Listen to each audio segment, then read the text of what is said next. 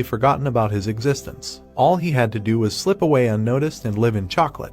The knight asked him not to make such a face, even if he was in a good mood. Kale appeared behind the guy and said that there was a message from Her Highness. The knight relayed the queen's request to attend the banquet tomorrow night. The hero turned around and hesitantly agreed. The man looked at him and relayed the queen's words. It was a great idea to use the academy as a ploy to get out from under her nose. She respected his desire to play. Lloyd turned pale and thought that he was in the queen's palm. The knight turned and left. The hero watched him go and muttered that he was scared. He looked at Xavier and asked if he couldn't see the man approaching. The knight shook his head and replied that Lord Kale was the best swordsman in the kingdom. It would be very easy for him to hide his tracks from a knight of Xavier's caliber. The important guests' rooms. Julian looked at his brother in surprise and asked if he knew this would happen, which is why he allowed himself to beat Diego so badly. The hero leaned back on the back of the sofa and muttered that it wasn't that bad. He closed his eyes and said that a simple builder who received a royal order did an excellent job. They were going to reward him, so the boy wanted to deal with the academy. He had faith, justice was on his side.